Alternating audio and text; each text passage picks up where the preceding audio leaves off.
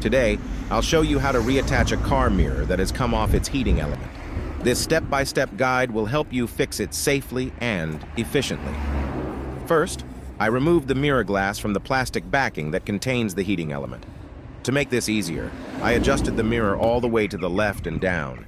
This created enough space to carefully detach the plastic backing from the motor mount. Be gentle to avoid breaking any clips or damaging the heating element. Next, I cleaned the back of the mirror glass and the plastic surface to ensure proper adhesion. Any dust or grease can weaken the bond.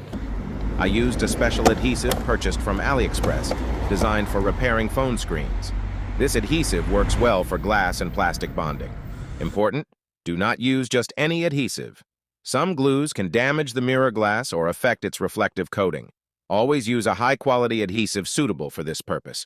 I applied the adhesive evenly to the plastic surface, avoiding the heating element wires, and pressed the mirror glass firmly into place.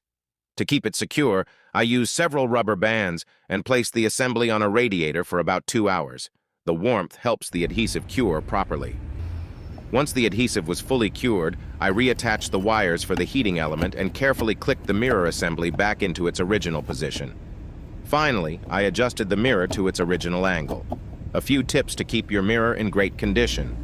1. Avoid leaving the heating function on permanently, as this can overheat the element and cause the adhesive to weaken over time.